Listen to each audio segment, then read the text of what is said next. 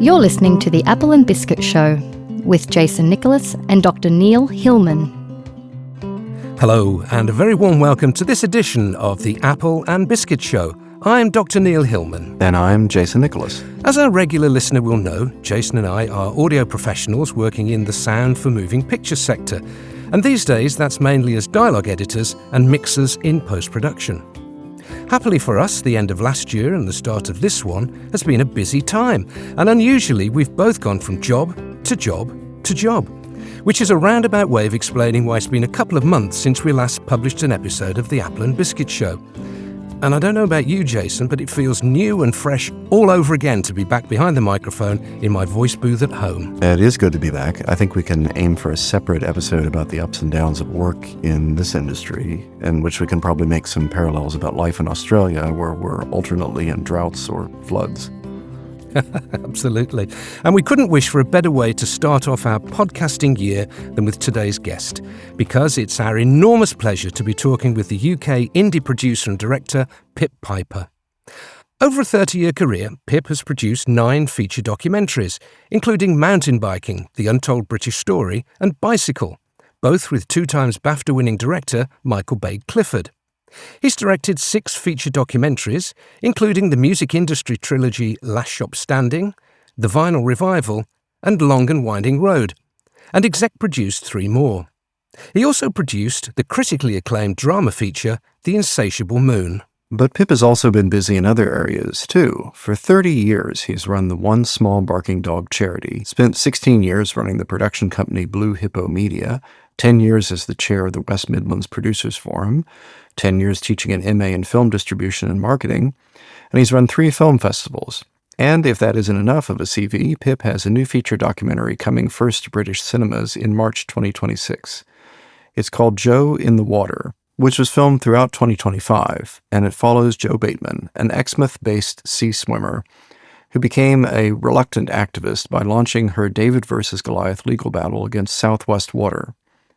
The film highlights her fight against sewage pollution on the Devon coast in England, and how she has inspired local action whilst addressing the UK's water quality crisis.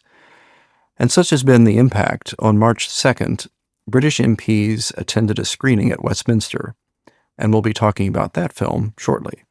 So welcome to the show, Pip. It's great to finally have you here with us, and thanks for finding the time for us in your busy schedule. Are you well, and where do we find you today? Well, it's an absolute pleasure to be here, and thank you, Neil and Jason, for the invite.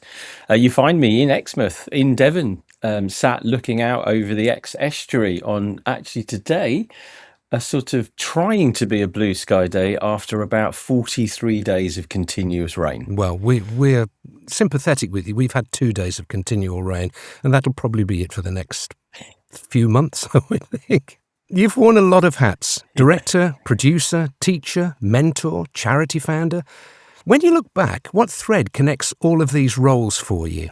That's a really good question. I think it's one that you can, in some ways, only answer when you're further on in what you're doing. As you've asked the question, it's a kind of a reflective sort of answer. So I think when I look back, I realise that at the core of who I am, I'm a communicator. That goes back beyond the things that you've just mentioned, when I actually had a landscape gardening company, and I used to love to design people's gardens. And it was a way of creating a frame, a way of creating something, obviously, in this case, in a sort of 3D dimension.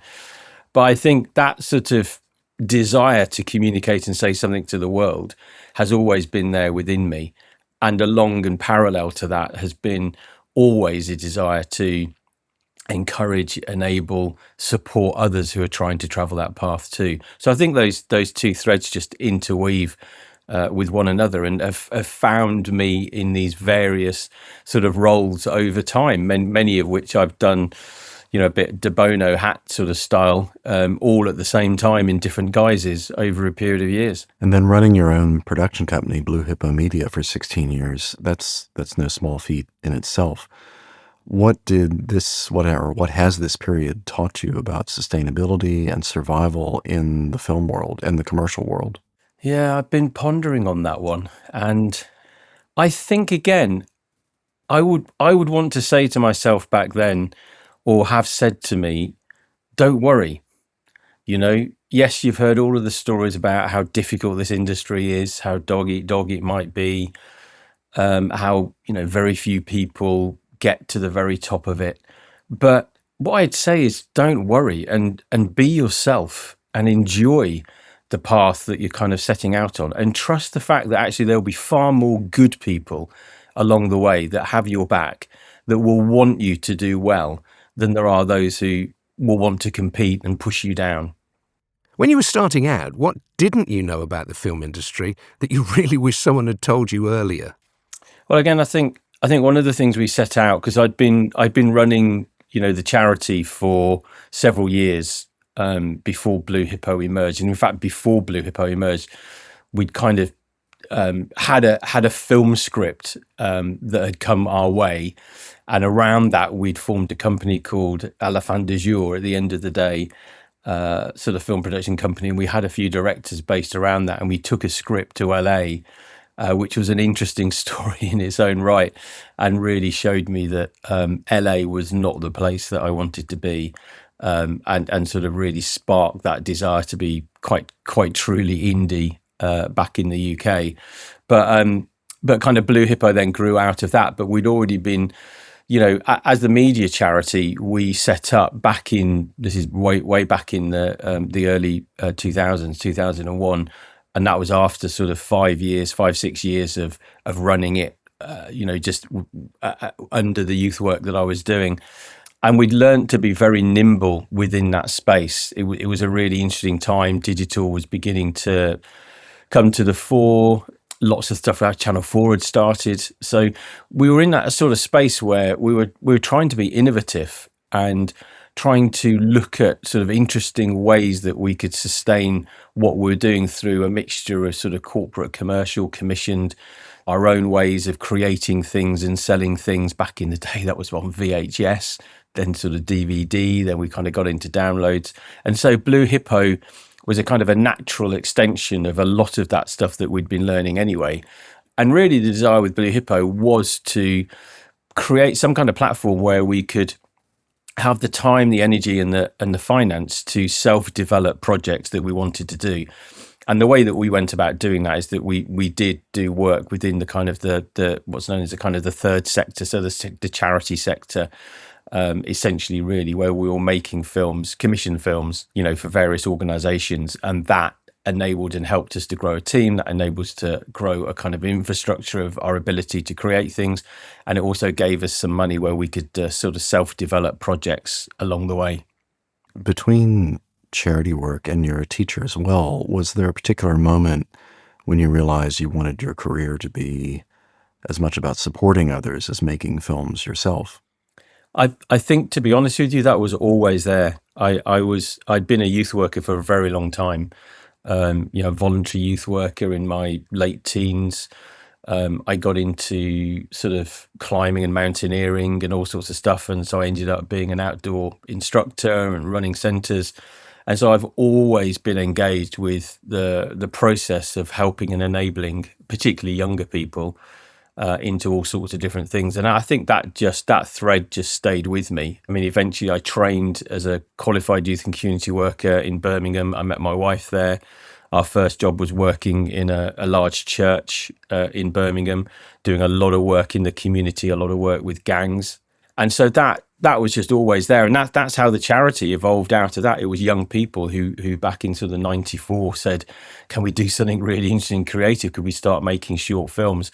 And that is kind of where the spark of me discovering that I really like this too, and I think I've got some skill sets around this that kind of sparked the growth into the charity and then ultimately into Blue Hippo and beyond.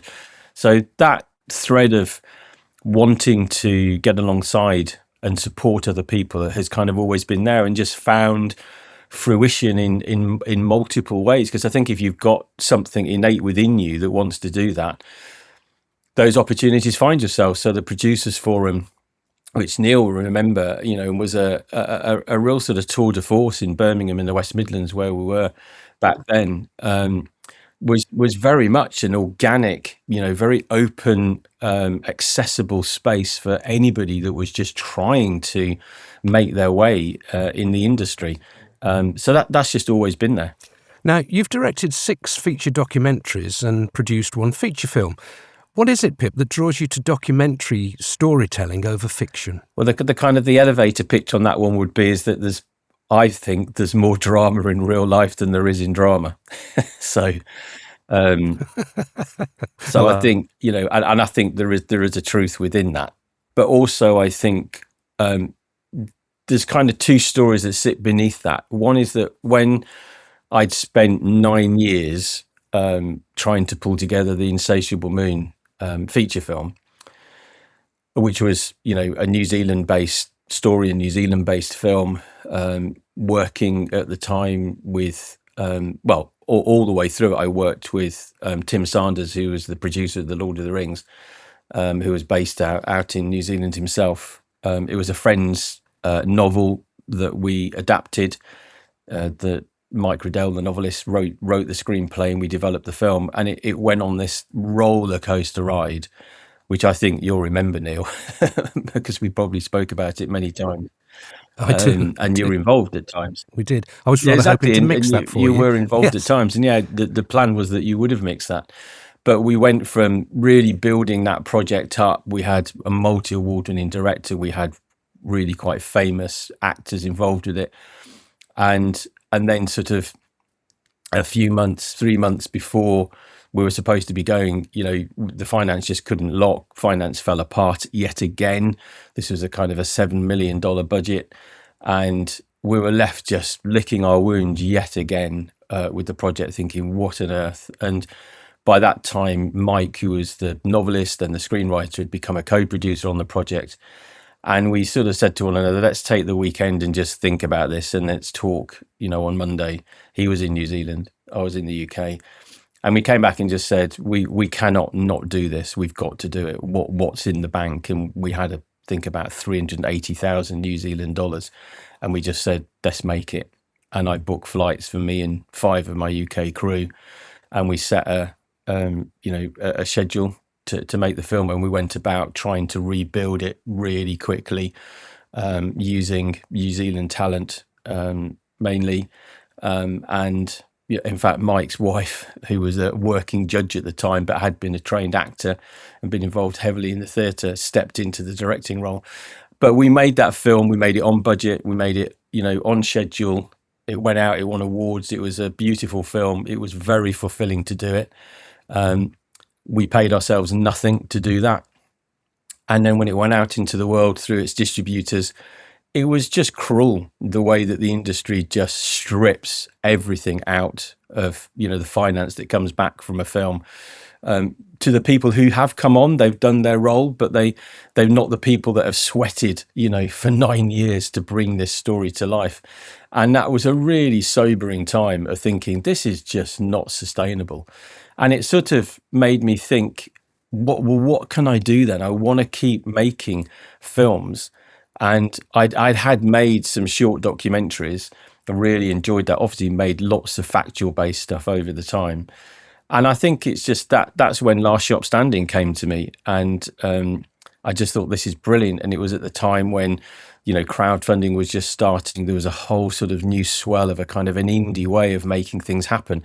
And that just really fitted who I was. I'm just naturally quite a maverick, sort of slightly more on the margins, you know, and it just really fitted me well. And then I just found that this is sustainable. I can raise money for documentaries. It's a much smaller amount of money, small crews, working with people like yourself, Neil, as well. And I can bring these out. And actually, with Last Shop Standing, discovered that I could get a small UK non-distributor based documentary into 100 cinemas across the UK.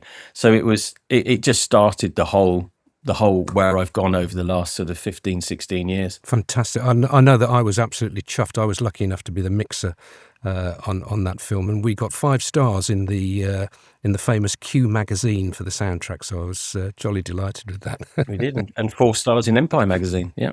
The 80s and probably early 90s were the golden age of record retailing. When did you first notice things beginning to go wrong?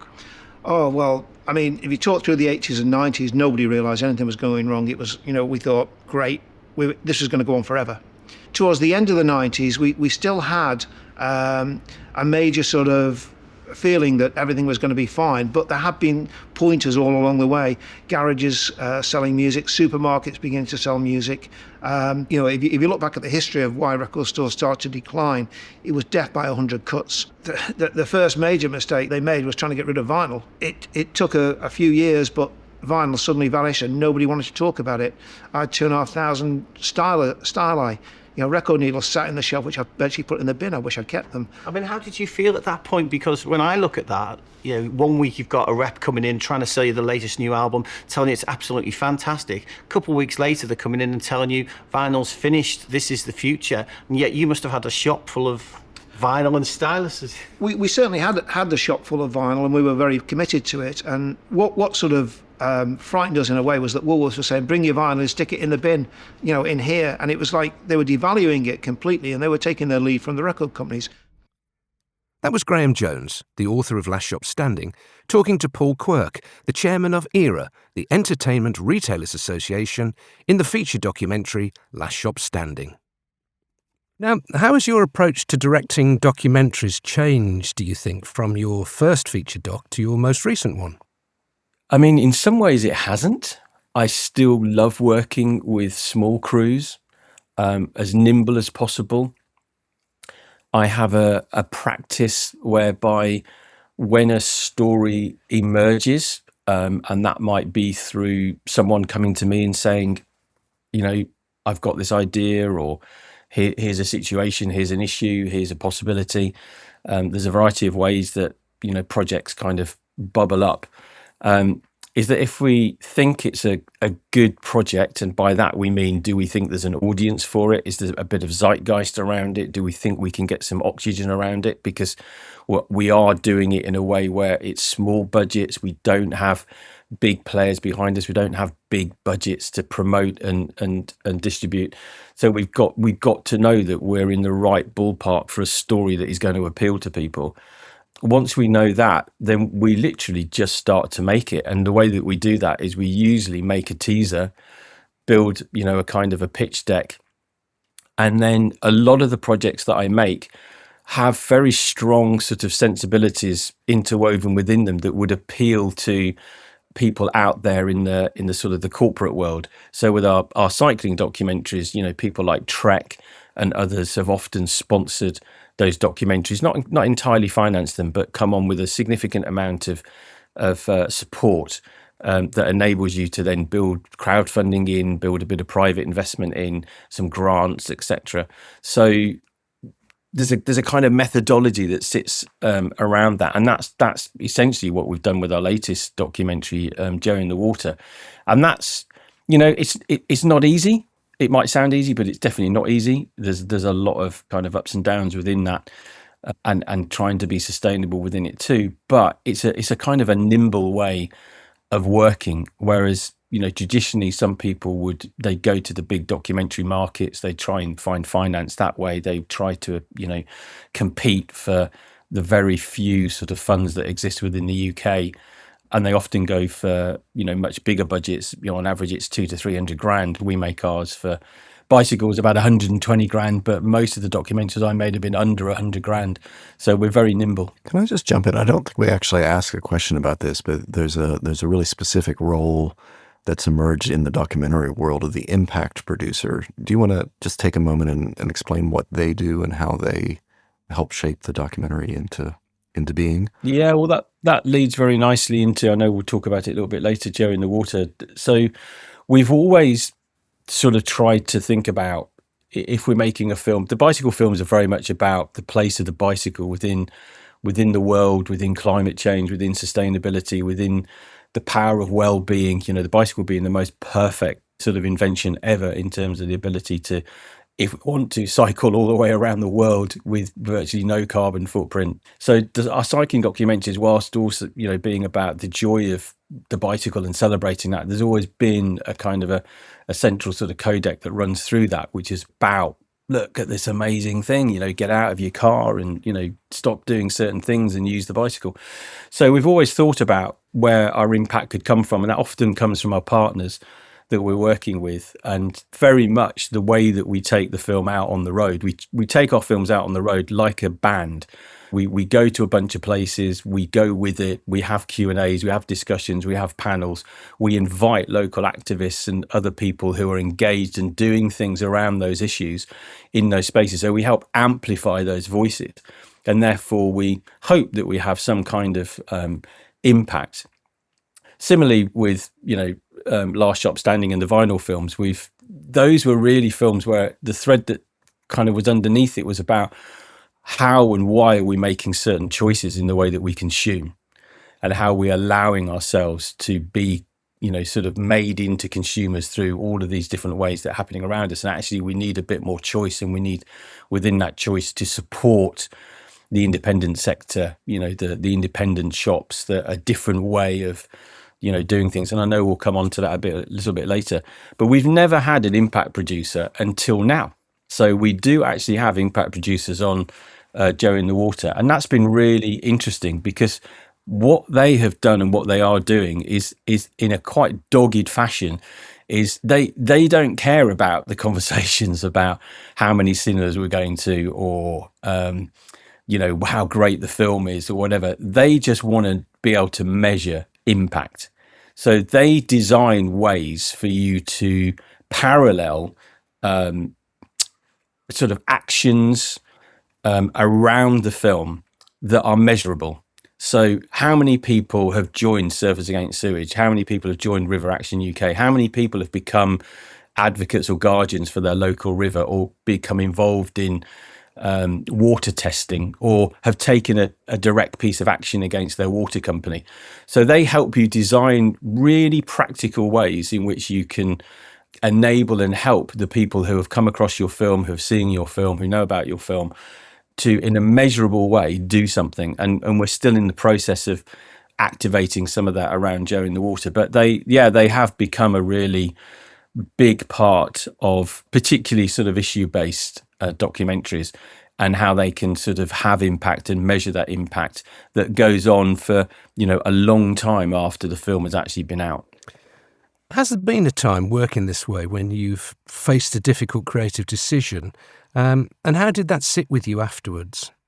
When you're making documentary, you are placing ordinary people into the centre of your stories. That might be multiple people. So in Last Shop Standing, we visited 26 different record shops. But, we've been to their shops, we've met with them, they've talked to us, they've often shared their deepest woes and worries, or, concerns, etc. And you have a responsibility for how you present people.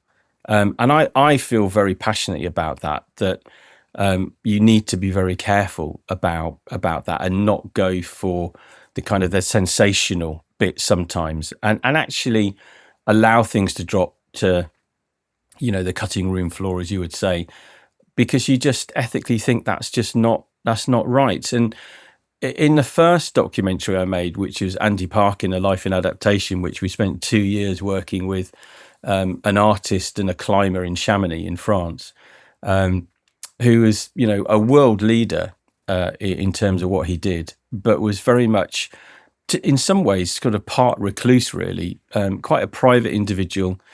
And one of the really central points to his story is that he'd had a terrible accident when guiding somebody in the Swiss Alps, and very nearly died. And it left him with a fused shoulder and a damaged hip, which you could see, but it hadn't stopped him going on and climbing some of the hardest new routes, in the Himalayas, in the Alps, often solo. This is with ice axes. This is hard stuff. He's a extremely talented and tough individual, but he did not want to talk about this story. He did not want to be seen as, to some extent, disabled.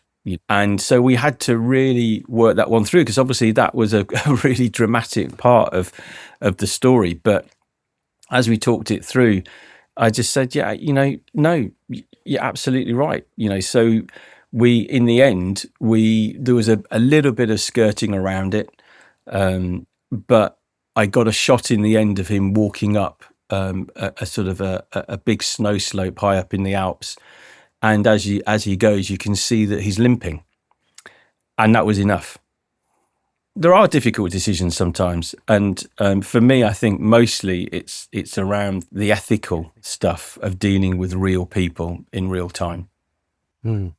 What is it, do you think, that separates a good documentary from one that really stays for a long time with an audience? In some ways, I don't know. I think there's a bit of alchemy there. But I do think that at the core, I think you know, as any filmmaker, you've got to treat audiences with the utmost respect. And so you've always got to be thinking about, how is this going to be received by the audience? Where's it going to land? How's it going to resonate? How's it going to stay with them? And I think in all forms of storytelling, there's a sense in which you need to enable through your storytelling the audience to feel like they're in that story. They can relate. People talk about universal themes, but so in Joe in the Water, Joe, who's our main protagonist throughout the whole story, is her story. She's very much represented as the every person. We've tried to make that film in such a way that you could sit there and think, oh, that could be me. Maybe not doing the exact things, but you feel what she feels and sense what she senses, and you can see yourself being drawn into that space. So I think in that way, it can really work and have a kind of a lasting impact. But there is an element of an alchemy there, which sometimes you just don't quite know until you've got it.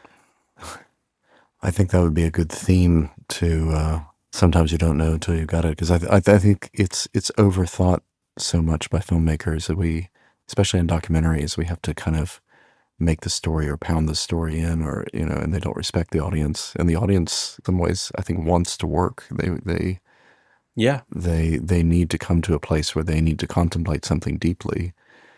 If you overdo it, it doesn't work. I think you've got to give audience space as well. I think breathing within films, just having that space, those little moments where you're not always just racing on, and that takes a bit of experience, and it takes a bit of courage sometimes to not do that, but to give your films a bit of space, a bit of breathing, so audiences can have that, like reading between the lines when you're reading a novel, or hearing between the notes when you're listening to music. You need to find a similar sort of way of crafting your film.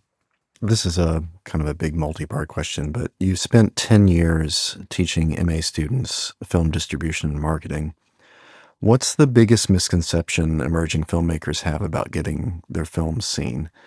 And also, just to make a parallel that may be a bit of a stretch, but having seen your documentaries on the once perilous state of vinyl records and now their apparent revival, do you think there's some spiritual comparison between the kinds of threats and opportunities that streaming services and internet distribution did to music and what's happening now with film? And I'm not expecting VHS and DVDs to come back into fashion, but there was this major shift in listener and viewer mindset that everything should be, quote, free.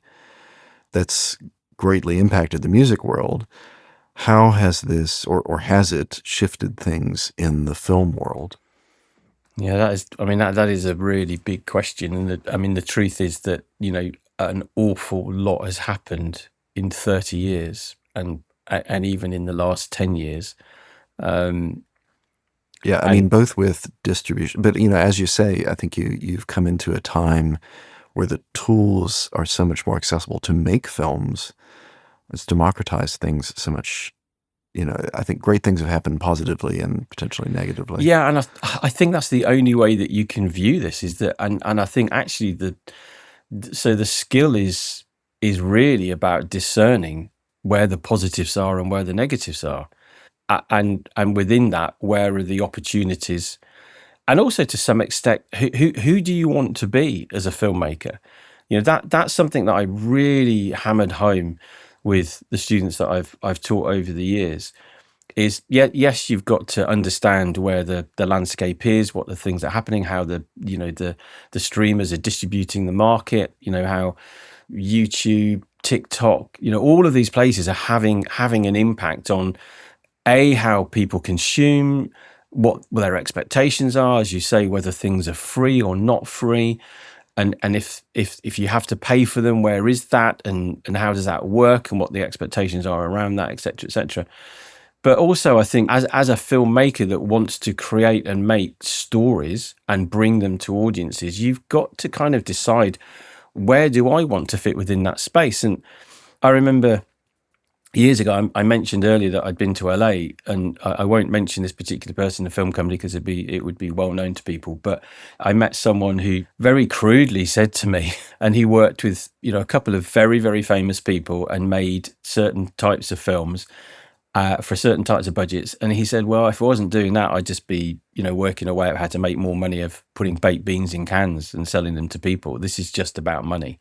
I don't read the scripts. I don't watch the films. It's just money. It's just business. I just happen to be in a space where I've worked out how to take X amount of money with a certain kind of star, create a certain type of film. It goes out into the market. It makes X amount of money, and that makes me X amount of money, and that gives me the lifestyle that I want. And that's at one extreme end where it's just about the money. And then you've got, right at the very, very other end where it would be entirely like people just not thinking about the money at all, not thinking about how they're going to pay their bills. They just want to be auteurs. They just want to be creative. They want to do their thing. And then everything in between. And so I think, going back to the first question in terms of the biggest misconceptions, I think often it's the misconception of understanding about who you are and what you want to be, and that there is some level of choice within that, and that will come with pluses and minuses, pros and cons. It will come with, you may decide that you are going to always be that person that has some kind of other income and job, like many creatives down the centuries have had to do to support their art. And that's going to be the thing that enables you to do exactly what you want to do, even if it doesn't make you any money. Or you're going to be somebody that needs to kind of tap into a space within the industry where actually you can earn an income. And for lots of young people now, a lot of them are talking about how having a craft is actually a way to sustain themselves within the industry. So they are available as an editor or as a sound recordist or as a camera person or a prompter for AI maybe now. But that is also a way in which that enables them to have some money and some time with maybe a collaborative group of other people to make the films that they want to make, but they're not entirely reliant on making money from that endeavor. So it is shifting and changing. But I do think there's a really key element within that about understanding what you want to be within that space, because I think the real danger, and maybe this is a danger of the way the world's become for many people, is that your life just becomes something you don't want it to be. That's just sad. Yeah, I think for the three of us, you entered the profession with an aim to specialize in a certain area of production. And now I'm looking at other areas like color grading, and I do casual vision switching and camera operation for live events, and I'm considering other tangential side gigs.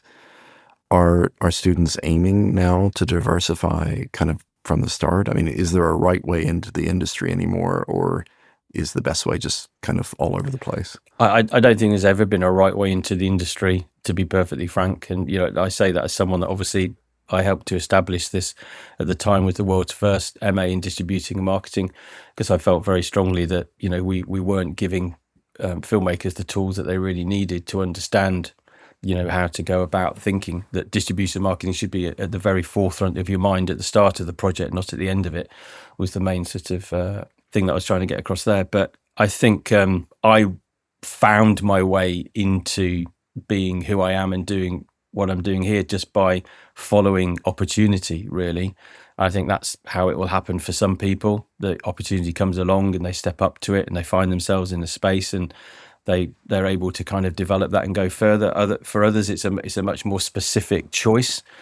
So I recently just ran a 4 workshop kind of getting into documentary for 16 to 19-year-olds down here in Devon with Screen Devon, who's the screen agency here. And it was interesting at the end of that, talking to some of the young people about where they're planning to go. And, some were looking at going to uni. But one young person was looking to just move to a certain area where he got a bit of support, and he knew there was a lot of activity happening, and so he was going to go there and just make film and network and meet people and look for those opportunities that would then enable him to step up. He didn't want to go to university. But, you know, for those that do go down the kind of the academic route, what I say to them is that one of the biggest mistakes you can make is always thinking, oh, I'm here, but actually where I really want to be is in this place, which is 3 years, 4 years down the road. And you miss the opportunity. And the great opportunity of being in an academic space at a university should be, hopefully, if it's the right place, is the experience of the people who are teaching you, the access to equipment, but also the pure energy of the students that are around you, that you can befriend and find people that you relate to and start making films with, and just do stuff and learn and make the mistakes and pick yourself up and do more stuff, connecting to whatever's going on in that local region, you know, get to the networking events, find yourself opportunities to be a runner or an assistant or whatever it might be. So, you know, those times are incredibly important to give yourself the right skills, the right networks, the right opportunities to move on. But I think, yeah, the truth is, I think going forward, I think we're going to see a bit like you've just expressed, Jason, people who will be kind of multi-talented and can offer themselves in a multiplicity of ways to earn a living.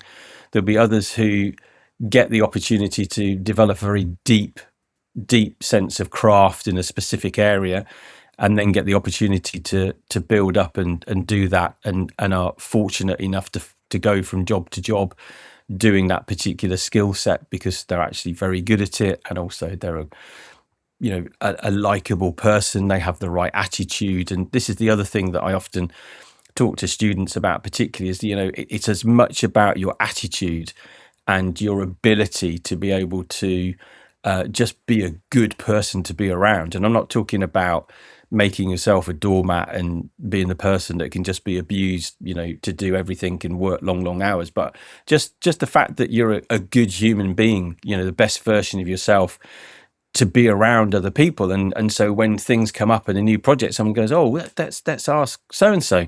They were great on that last project. You know, they just fitted in really well. Everyone got in well. You know, they were really good. They were, you know, so that sort of sense of being an attitude is just as important as anything else. Just a quick question here. I don't know where to stick this, but just going back to the vinyl documentaries, did you get hit by the bug as well? And like, how big is your collection? And you show this shop in Glasgow that I frequented when I was in uni at Strathclyde. And I remember that as just this community space more than a commercial shop. And that seems to be the track that many of these shops have taken, as you show in the films. Are you part of a vinyl community where you are? To some extent. I'm definitely not obsessed about vinyl, but I have a record player and I have vinyl and I buy vinyl. Sometimes secondhand, sometimes new, if I'm feeling flush, because it ain't cheap. Although interestingly, someone said to me the other day that actually in comparison to what you paid back in the 70s and 80s, brand new vinyl is pretty much around about the same price, but it just feels expensive because, you know, £30 is a lot to buy a record. But yeah, I did get the bug. I mean, I loved when the story came to us. It was based on a book by a guy called Graham Jones, who by a twist of fate now lives literally 2 miles over the River Exe from where I live, which is lovely. We meet up on occasions and we do some stuff together. His kind of claim to fame is that he's visited more record shops than anybody alive in the world. He spent, you know, sort of a career of 30, 40 years visiting record shops, selling records. And he'd written this book because he felt that they were going to disappear. And that really struck me, this whole idea of how things disappear from culture, disappear from society because they're deemed to no longer be relevant or needed. And that was the real premise for why we wanted to make the film in the first place, is just go and explore that and see what's happening. We just hit a moment of it was the very start of the kind of the emerging zeitgeist around the fact that, hang on a minute, what are we losing here? So yeah, I mean, I grew up with vinyl, you know, with records. I remember I used to have to cycle 5 miles on my bike to go to the nearest record store to go and buy records. But like a lot of people, they they'd kind of, been lost to the mist of time as CDs had come in and everything. I've never been a great one for streaming music. I don't know why. I don't particularly enjoy that. So when I made the film, I just loved it. And we said to the crew, as much as we were able to, whenever we went into a shop, we were all to buy records, which we did. Particularly Billy Bannister, who was doing the sound, and me bought records most of the shops that we went into. And so my collection grew just by default of making that film, and then also the vinyl revival 7 years later. Yeah, I love it for all the reasons that come out in the films. It's the artifact, the artwork, it's the information that you get, it's the tactile nature of picking it up, looking at it, deciding, sticking it on. Do I do side one, side two? You listen to all the tracks. You don't just switch between. You don't just lift the needle 2/3 through the song. There's an act of something there, and I think there is something sort of slightly more sacred. Nick Mason, the drummer in Pink Floyd, famously said in Vinyl Revival, if you want a cup of tea, what would you rather have? A tea bag or the Japanese tea ceremony? And every time I'm able to have it, I'd much rather have the Japanese tea ceremony, and that's vinyl. It's just not just a shop. There's something else going on. It's like a resource, I think, for people. It's like a library for your ears and your mind, Yeah. People do tend to forget that their local record shops exist and need their patronage to actually survive. To have a shop that sells music, and not just music, you see musical instruments and the paraphernalia of music, encourages people in that town to be into music. So to support a place like this I think is very, very important for our local musical culture, for our bringing kids through, encouraging people to play music, not just to listen to music. There's been quite a few shops that have closed down recently, and there's always, I didn't know this place was closing down. It's a real shame, but it's like, when were you last there? That's why they're closing. So basically we just need lots of people coming up and supporting their local record shop. It's all about spirit and love and culture and passion and the lack of rationality, if you like. We're not trying to sell people what they want, we're trying to sell people what they don't know they want yet. Difference is now that I think the genuine music lover and the music fan appreciates what the record shop has done for them. And so whenever possible, wherever possible, they, as you say, make an effort to give back because they realise that it's needed, the help is needed. If I've got some spare money, I will go and buy an album that I really have enjoyed, even if I've got it digitally on vinyl, because I still love to have that tangible, beautiful item in my hand. No, I'm not denouncing the digital age. It's brilliant, and embrace it and work. As a musician, I always say, embrace that technology. But just you can't. There's some things you can't replace. Really, there's some experiences that you cannot. If you've never been to a record shop and bought a record on vinyl and gone home and played it on your record player, and your dad's not shouting upstairs saying, turn it down, you've not lived. If you've not done that, you've not lived, you've not been alive. You might think you have, but it's just all been a digital illusion. You heard there, in order, the musicians Johnny Marr, Debbie Smith and Billy Bragg, Martin Mills, the chair of the Beggars Banquet Group, and radio presenters Joe Good and Clint Boone, all talking in the feature documentary Last Shop Standing. Let's keep this thought then going about the importance of sound. And given your experience of releasing indie films, often with modest resources, as you've explained, how important is the quality of the soundtrack to the commercial success of a film? Do you ever talk about sound quality with your students? All the time, Neil.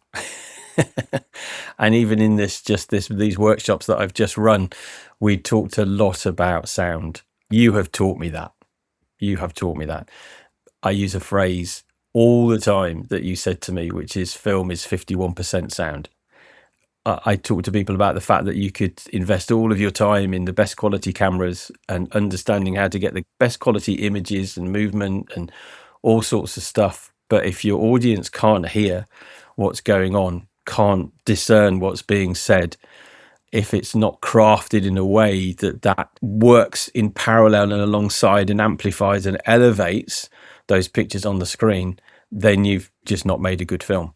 As simple as that. So yes, you have to work within the limitations of budget, and I've had to do that. At times I've been able to have sound recordists, and at other times I've not been able to have sound recordists, but I've always had you sat in the back of my mind, Neil, thinking, oh, I've got to get this right best I can, because sound is really, really important. And I know, when I've had the privilege of working with you, I think one of the things that is a passion of yours, and you've always brought to the films, is you're always looking for the emotion that sound can bring to the film, where it helps those beat points, where it helps those engagement points with the audience to give them those lingering senses of something that, as Jason was alluding to earlier, then stays with the audience beyond just walking out of the theatre or whatever it might be, but it lingers there, and it's there in a conversation a few days later, a couple of weeks later. And so that, it's incredibly important. I'm just picturing the specter of Neil Hillman on a set somewhere, and the director knowing, like, oh, I'm not getting good sound here, and just sensing Neil's presence. Yeah. You ran the West Midlands Producers Forum in Birmingham for a decade, and so why was it important to create a space like that outside of London, which I'm assuming is kind of the nexus for those types of discussions? Yes, indeed. I think it goes back to what I talked about earlier. I'm hardwired to want to enable sort of accessible, safe, creative spaces where people can come together and network and support and talk and be enabled to, for those younger emerging filmmakers, or even older emerging filmmakers who are starting out, to be in spaces where there's people who have got more experience and have a generosity of spirit to share the things that they've learned along the way, the mistakes and the things, and also some of the potential shortcuts. Or I think for me, it was just that it was a very natural sort of space to want to create. And the film festivals that I ran and all sorts of, they're all about the same thing. They're all about just enabling people to come together, to share, to network, to find potential collaborative people that they relate to and they can work alongside. And I think it's just important that does happen. And we do live in an era now where it, even though obviously so much still happens in London, lots of the the kind of the gatekeepers and the financial houses and all sorts of different things are centered around London. That has dissipated and distributed itself a lot more around, certainly in the UK, around the regions. So when I moved down here near Exeter in Devon, I immediately started looking for where some of those networks were, and where I felt there was some gaps, started to talk to people and see how we could make things happen. That's how Doc Lab started up in the Phoenix, which is the big sort of independent arts centre in Exeter. So I think it's just something that I feel is really important, that these places should be accessible to people. They should be really guarded against becoming sort of elitist spaces, or sort of places where people don't feel that they can have access to them. And that doesn't mean to say that there can't be, because at times, with the Producers Forum, we did have separate spaces for people who were more experienced, because their conversations, their sort of outworking of what they're trying to do at the time might be very different to someone who's just emerging, and they need a safe space themselves where they can talk very open and honestly about some of the struggles that they're having, which might be not personal, but kind of people might want to talk about certain organizations or certain ways they're working with certain people and etc. So I think sometimes you do need a mixture of those opportunities, but for me it's just a hardwired thing to want to be involved in that stuff. And I mean, you mentioned film festivals. You've run 3 film festivals.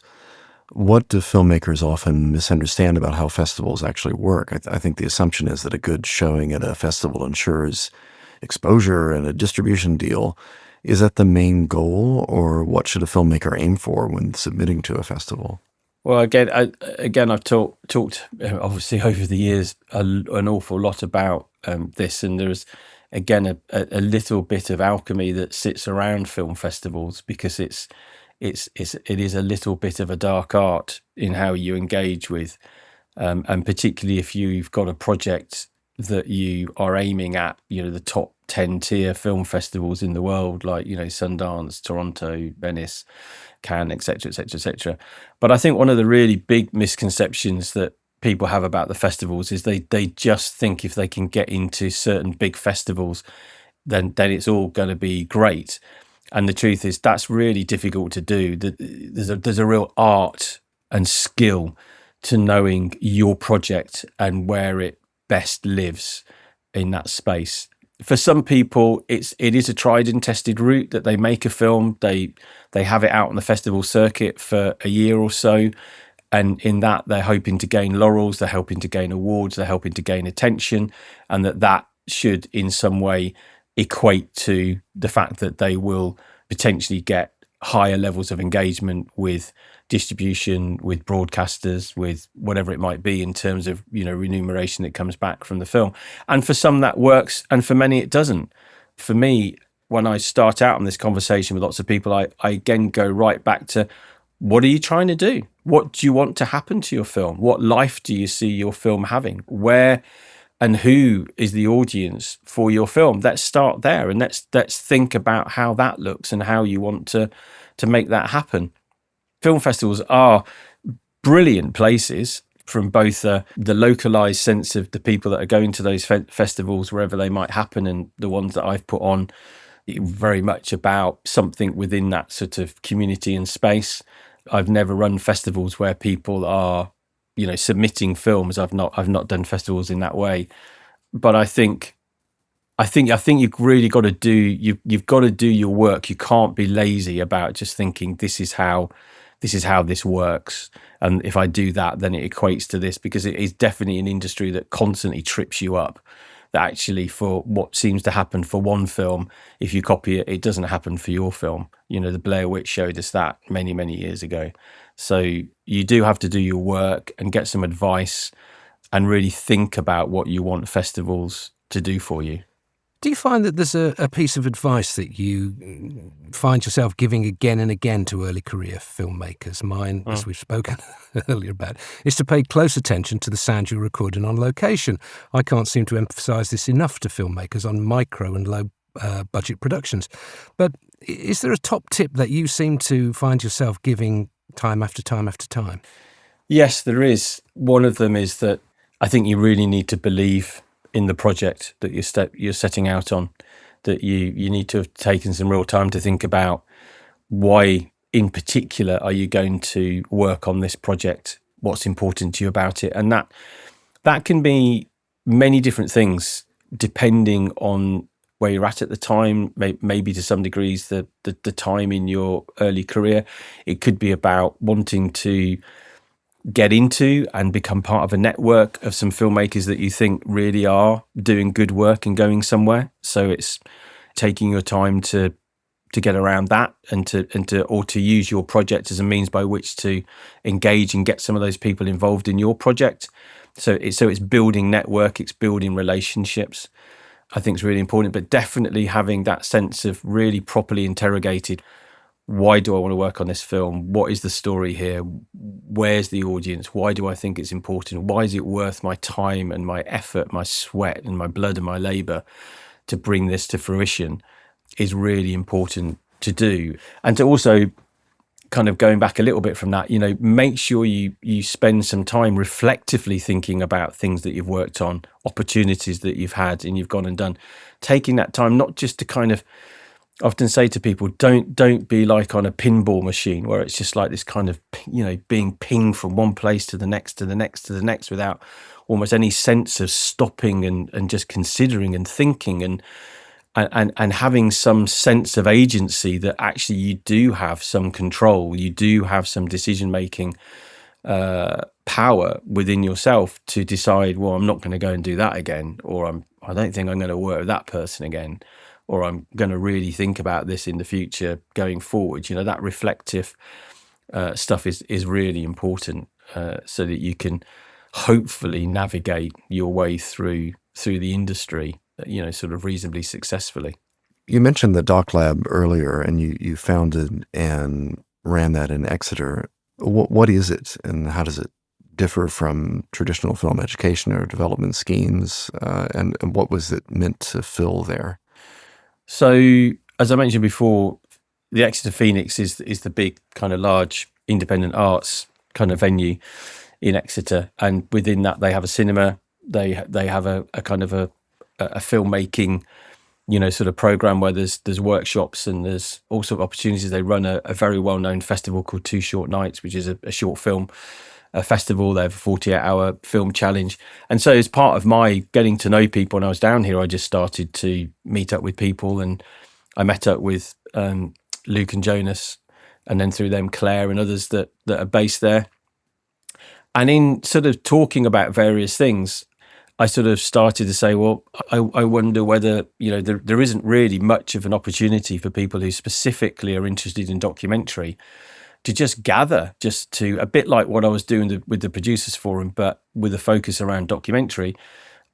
I wonder what we could do. And they said, well, we could maybe help with that. We've got space. So we then decided, well, okay, let's do something. So I offered my time and expertise for free. They offered Luke, who's one of the guys that works at the Phoenix, he decided that he could offer up that time as well, and we'd run a monthly event called Doc Lab, which was entirely free.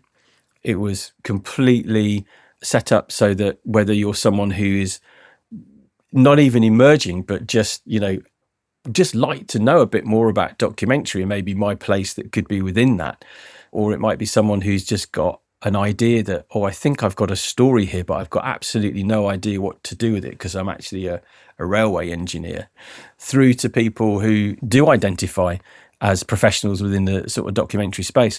So that's what we've done. And, it's not a big thing at all. Like I said, it's a free thing every month. On average, we have about 10 people. We've had about 50 people come through over the last 2 years.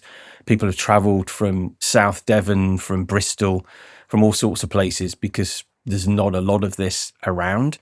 We have really just helped people to talk about their ideas, to get feedback. People are able to present and pitch.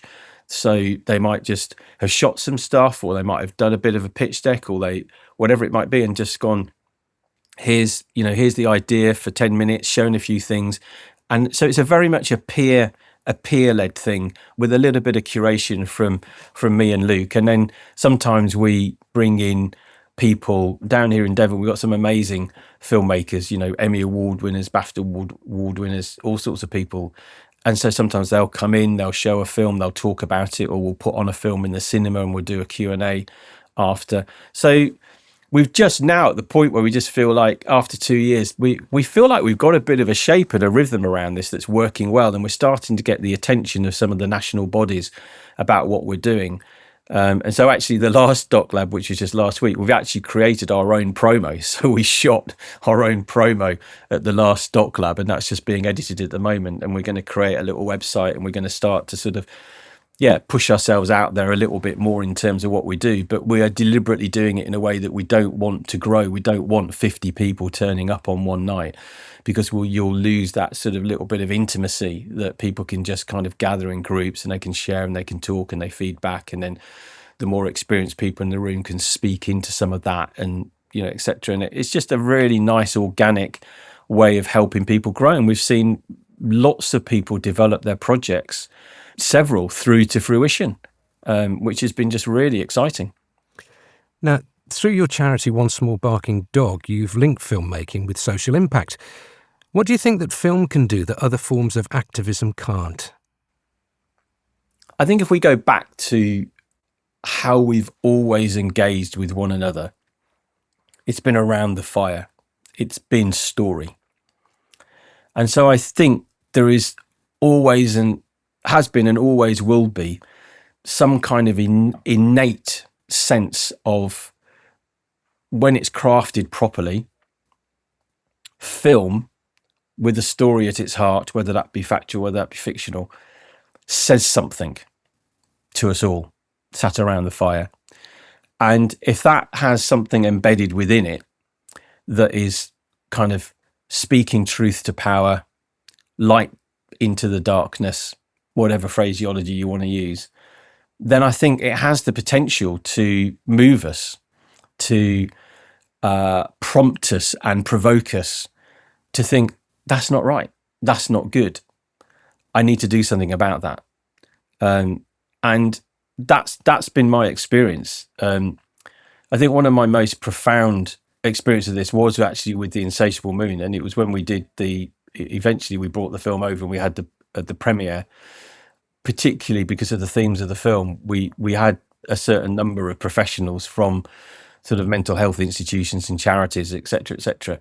And at the end of the film, an older guy came up to me, and he said, "I'm towards the end of my career. I'm a psychiatrist," and he was in tears, and he said to me, "Your film has reminded me of the humanity that I've lost within my profession, and I will not allow that to happen before I finish.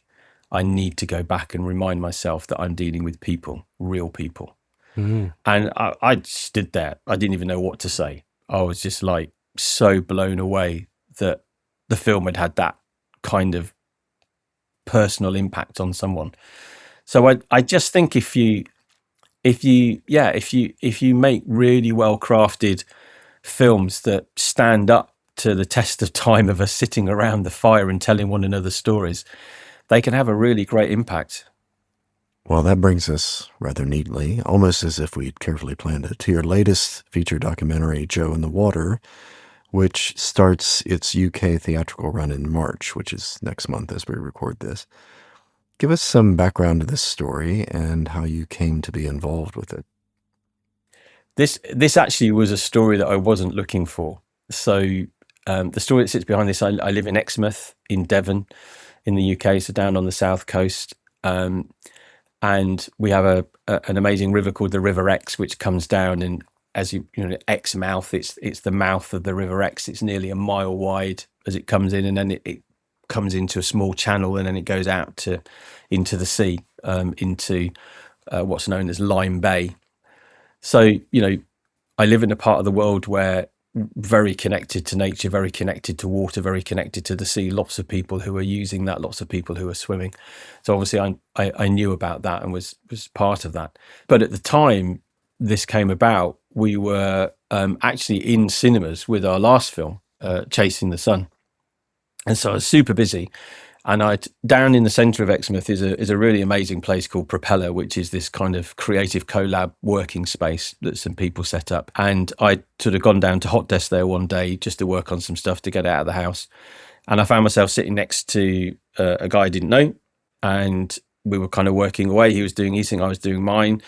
At one point, I realised it was on the phone to Penny Mordaunt, and I thought, well, that's interesting. He's talking to someone in senior government. Wonder who this guy is.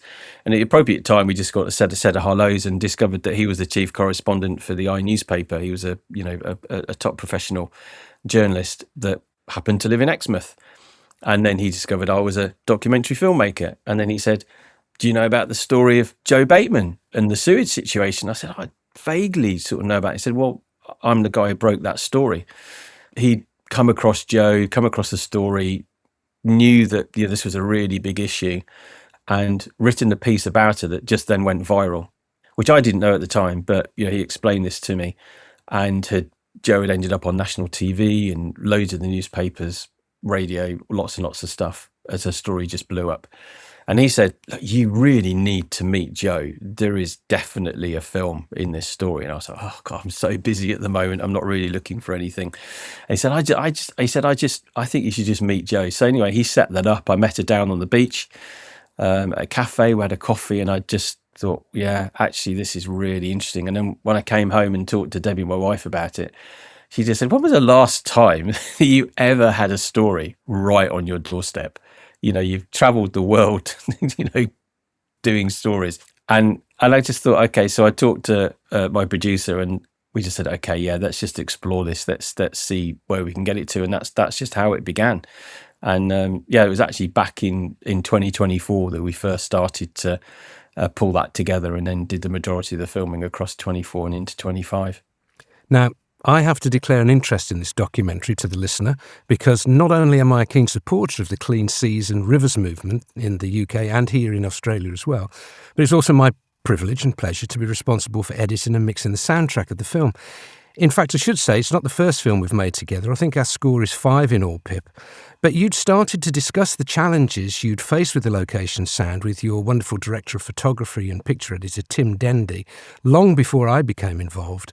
Now that the film is all done and dusted and about to play in cinemas, I'm interested to learn what form those discussions took, given that it was vital to hear what people were saying, often in less than ideal circumstances. And how do you think that the care that was taken over the soundtrack, such as cleaning up the dialogue and how we addressed the direction that the sound design went in, how that influenced and impacted on your final product?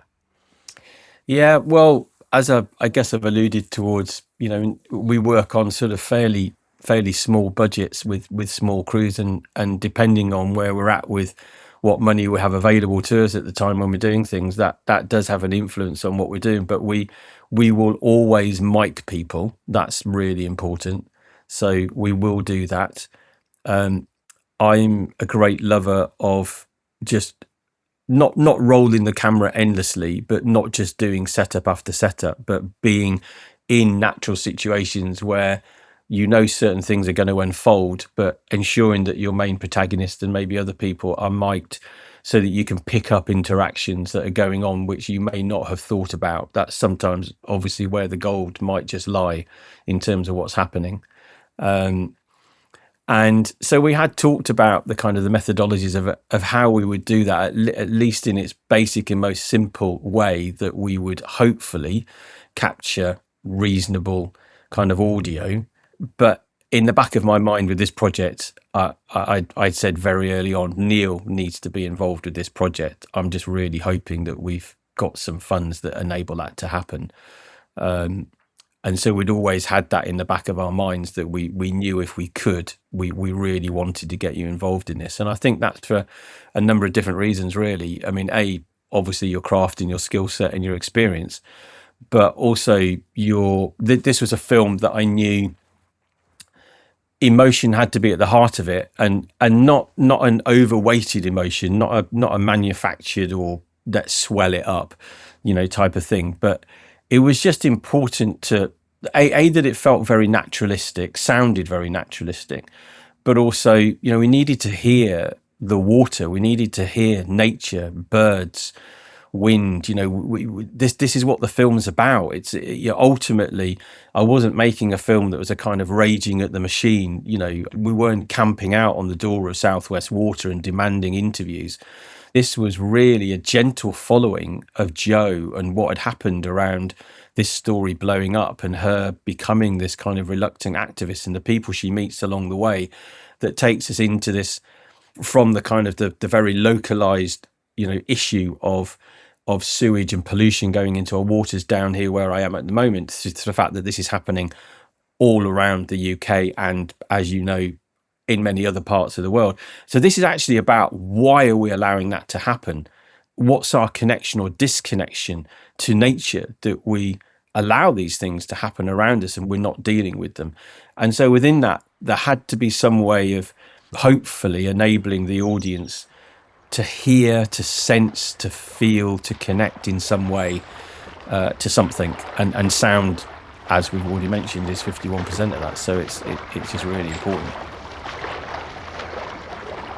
I mean, we've been talking about our rights to swim in the river and our rights to be able to swim in the sea, and about human rights. But actually, the river also has rights. Absolutely. And the one thing we're doing at Friends of the Thames is looking at rights for nature.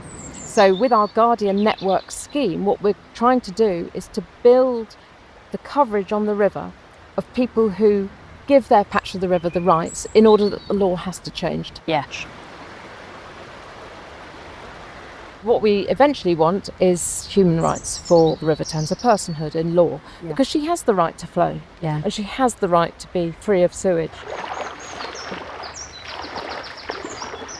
River Action is first and foremost a campaigning organisation. We were set up with a view to rescuing Britain rivers because the state they're in is not acceptable. And we use legal action, political lobbying. We've been in Parliament meeting ministers this week, and that's amazing. But we also really focus on the local level, which is why we're supporting Friends of the Thames, because we know there's public outrage, which is entirely justified, and it's that community pressure that you're bringing, that Friends of the Thames is bringing, that we're facilitating and bringing together, is what's going to make the difference. You need to have the voices bubbling at the bottom saying this isn't acceptable, talking to their local MPs, talking to their councils.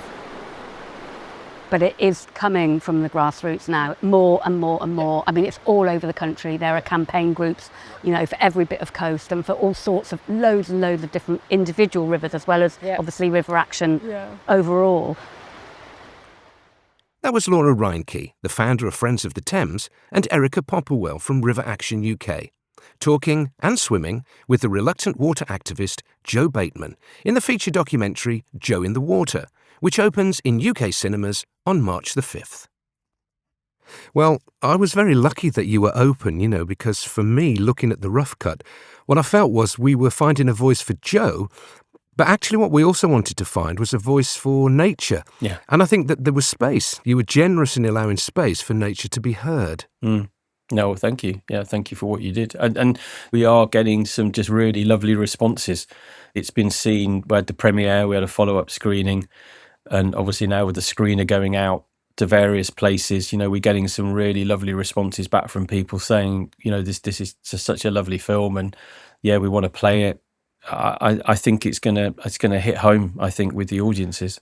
You kind of touched on this as we've been talking, but this is our why question to wrap everything up.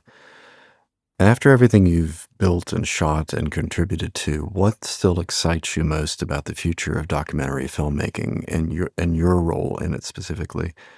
And feel free to open up here, though this is probably, we could do a whole separate episode on this, but about the place of documentaries in our post-truth era.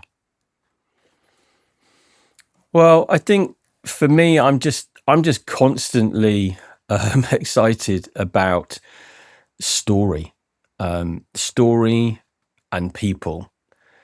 We are just surrounded by that. And again, I think my role as a filmmaker is to, in some ways, have the ability and the experience and the knowledge to discern and to know which of those stories, or at least for me, I feel I should be working on and sort of bringing to the fire, you know, bringing to the community to see that story sort of unfold. And I just think it's an incredibly important part of what it means to be human, what it means to be alive, to be engaged in a world that is just so, you know, if we're not careful, we are just consumers. Everybody is vying for our time, for our attention, for our money. And I think that part of the antidote in all of that is to have stories that just speak straight through that. And, you know, you've talked about the kind of the post-truth sort of era. There's a phrase that came to me a while back. I'm actually developing a project with one of the world's leading storytellers at the moment to make a film with him. And we've talked a lot about the idea that handmade, things that are handmade, handcrafted, and I don't just mean whittling wood here, but the DNA of that thing that is being created and crafted is absolutely, completely enmeshed within a human space, a spiritual space, something that at its core is not purely just about money or power or you know, winning attention at whatever cost, is a really powerful way to be an antidote towards this whole kind of post-truth sort of era that we're in, and that there's something authentic, something organic, something genuine, something accessible, something open, something vulnerable. And they're the sorts of things that really compel me to want to keep doing what I'm doing. And in fact, I'm moving into a kind of a season where I'm still developing some potentially longer form projects over the next few years, but I'm actually moving into a space where I actually want to make some short documentaries that are much, much quicker turnaround, are made available freely on YouTube for people to watch and to use and to utilize. And I'm really excited about that. Well, I can't think of anyone more suited to creating films that are authentic with good values than you, Pip. It's been an absolute pleasure to talk with you today on the show, so thank you so much for giving us your time. Brilliant. Just thank you so much. Yeah, thank you, Neil. Thank you, Jason. Thanks for what you're doing. And yeah, absolute privilege to chat. Well, we wish you well and all the very best for your continued success.